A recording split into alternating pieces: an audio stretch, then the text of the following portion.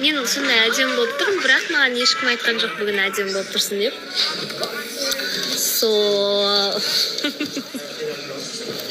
Эй! Fuck you. Fuck you. Fuck you.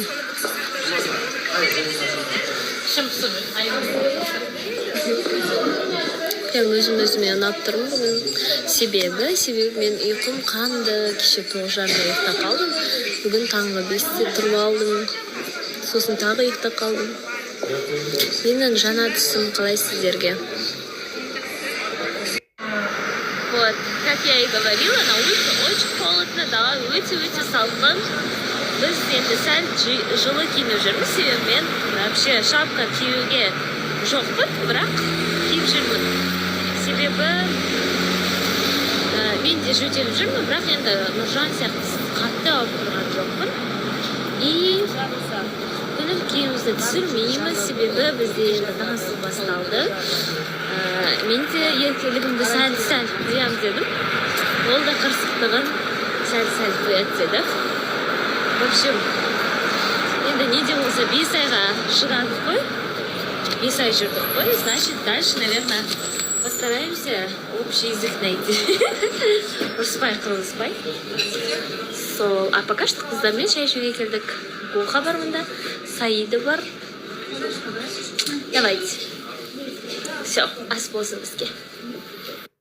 Достар, ассалаумағалейкум. Короче, кешке эфирден шығып, Үмбетай, қабудай деген сияқты ғой, Үмбетай. Негізі достар, енді таныстығым бітіп қалды, бірақ кино, клип қылдырып түсірген мына жігіт. Енді Үмбетай. Осылайтын страницасын кіріп көрсеңіздер болады енді, бірақ мына жігіт енді бөлек тұрумен, күшті бауыр, өнші. Бекзат ағам бар да бар ғой, сен алысқа шаласың. Еще білемін,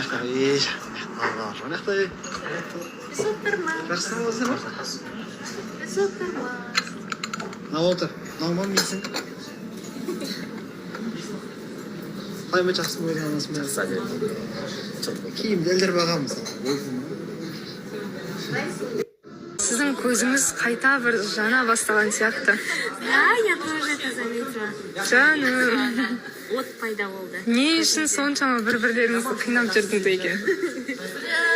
Сіз не болды, ауырып жатсыз ба?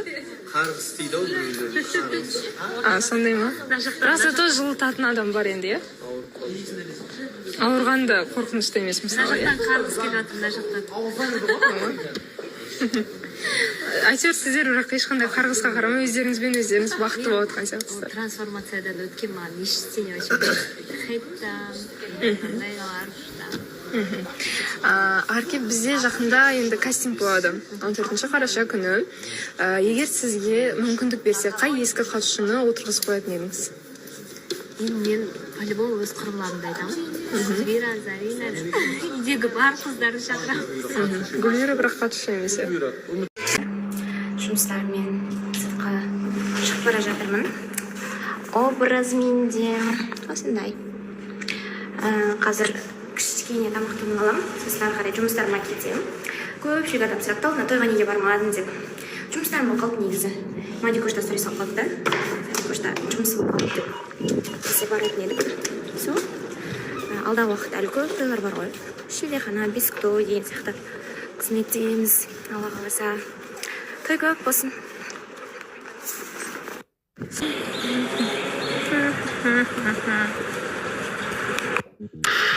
Қайырлы күн баршаңызға, қалайсыздар, қалдарыңыз қалай? Бүгін мен осындай әдем погодада, төсең ана буш шығатын сондай погодада осылай кетіп бара жатырмын. Клиникадан шықтым, кішкене ауырып қалғаным бар еді деп ше. Ойбай. Тоқтата алмай қалдым ғой. Қайдан жете бердім. Сөйтіп, короче, клиникадан шықтым да. Мынау қоймады. В общем, мен айтқым келгені, не айтқым келді деп ше. Анау, сіздер жазып жатсыздар ғой, алуға болмайды, не үшін алып жатсың сен, алдың ба не деген сияқты. Жоқ, маған просто тиктокқа осындай сообщение келіпті да, енді комментарий келіпті. Сол себепті өзім біртүрлі оқып қалдым да, бірақ қалай болады екен ол деп просто салсаған болатын, Егорова Мадина деген. А так менің фамилиям Еркін Мадина Еркінқызы деген. Ол қала береді, мен оны өзгерту ойымда жоқ, болмаған да не өзгертпеймін де деген сияқты. Вот. Соны айтып өте салайын дегенмін. Басқа не жаңалық деп. Әлі андай тойдан посттарды салуға, рилстарды салуға ештемеге үлгермей жатырмын, негізі шыны керек. Бірақ әйтеуір бәрін қойыңызшы маған, әйтеуір сол тойыма деп күшті бір подарка кепті. Көптен бері андай не істеп жүрген едім, қарап жүрген, бірақ жалпы менің айтқым келгені, осыдан 2-3 жыл бұрын маған біреу келіп, Мадина, сені басқа адамдар сені жай ғана бар болғаның үшін, сені көргендер үшін, сенің шын ниетіңе сенгені үшін жақсы көре алады десе, мен сенбейтін едім. Бірақ дәл қазіргі моментте менің жүрегім қатты елжіреп, сонымен сіздермен бөліскім келіп тұрды. Жалпы адамды мен жақсы көруге болатынын білемін, бірақ енді теледидар арқылы сен оның адаммен араласпасаң да жақсы көру мүмкін екендігін білгеннен кейін мен расымен де кеше беріп жүрген сыйлықтан қатты жүрегім елжіреп кетті. Бір жағынан андай ойлап қоям, алдынан бері ойлап жүрген нәрсеме осы бәрінен көріп кеттім. Маған неге бұйырмай жатыр екен, не болмаса мен қашан алады екем деп сөйтіп жүрген болатын. Бірақ дегенмен шүкір Аллаға барлығын жаңағыдай сый қылып маған дайындап қойыпты ғой. Рахмет көп-көп.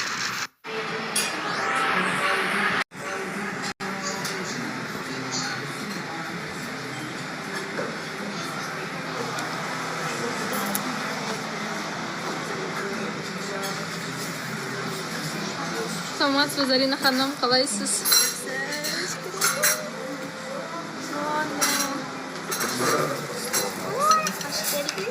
Қалайсыз? Жақсы, өзіңіз. Бұл кісі де келеді да, бірден штативін алып, тиктогын түсіреді. Бұл менің қылышым. Осы соғысқа шығам. 2006 деп тиіскендерге ма? Заманауи қылыш. Аделя, сізде мүмкіндік болса, әлемде немесе Қазақстанда не өзгертетін едіңіз? Әлемде немесе Қазақстанда менде мүмкіншілік болса, мен бейбітшілік орнататын едім. Біріншіден, екіншіден мен сабақтың уақытын қысқартар едім.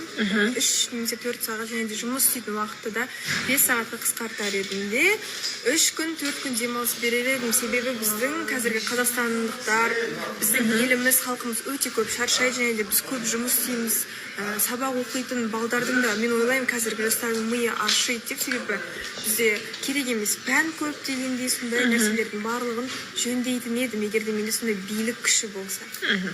Өмір сүруге уақыт болмай жатыр ма? Уақыт болмай жатыр. Гаухар ханым, осы жердің бір царицасы құсап отырсыз ба? Қалайсыз? Жақсы. Гаухар ханым, сізде мүмкіндік болса, әлемде немесе Қазақстанда не өзгертетін едіңіз? Өзгертетін едім. Халықтың жағдайын. Қандай енді? Бізде енді не көп, қазір байлықтар көп қой, соның бәрін жақсы жағына пайдаланып, халықтың жағдайын көтеретін едім. Зарплатасын көтеретін едім, мысалы, оқуға, медицинаға, мысалы. Өзгертуге болады. Сол. Қалыңыз қалай, Шолпан ханым? Сәлеметсіздер. Сіз бүгін пятница болып отырсыз ғой? Өкінішке орай ма? Өкінішке орай ма, білмеймін енді. Шолпан ханым, сізде мүмкіндік болса, Қазақстанда немесе әлемде не өзгертетін едіңіз?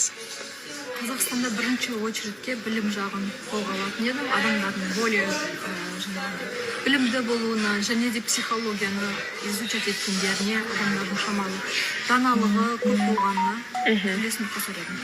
Бізде қатысушыларда кімге сондай бір психологияны изучать ету жетіспей жүр? Кеше айттым ғой, ағартымен нұшан. Ағартымен нұшан. Нәрсе деп ойлаймын. Ал сіз соны бір оқисыз ба негізі? Иә, бұрыннан зерттейсіз ба? Сол үшін де өзім жауаптарымды айтып өткен болатын. Маған ер азаматтан бірақ қана талап, ол даналық, яғни материалист. Тимур, қалайсыз? Жақсы, өздеріңіз қалай? Жақсы. Әлемде бір нәрсе өзгертуге мүмкіндігіңіз болса, не өзгертетін едіңіз? Әлемде өзгерту керек болса, не өзгертетін едіңіз? Қалай болады?